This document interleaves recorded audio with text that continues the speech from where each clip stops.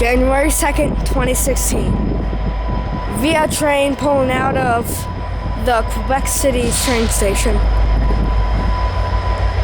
11. Film from the crates. Oh my. 6414. It's an F40 PH3. Or dash. And it's going back there. But it's an F40 PH-3 locomotive. Film from the crates.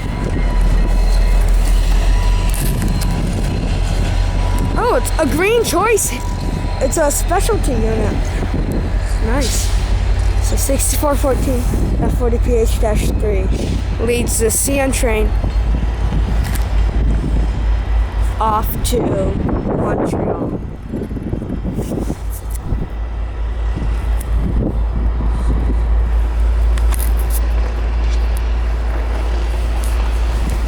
And then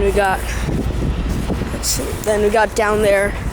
There's nothing down here, just a grain yard with a little switcher.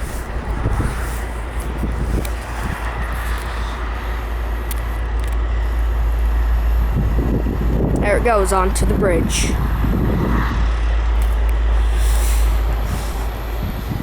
And there's another train leaving at 17. So that's another train leaving at 5 o'clock. Well, see ya.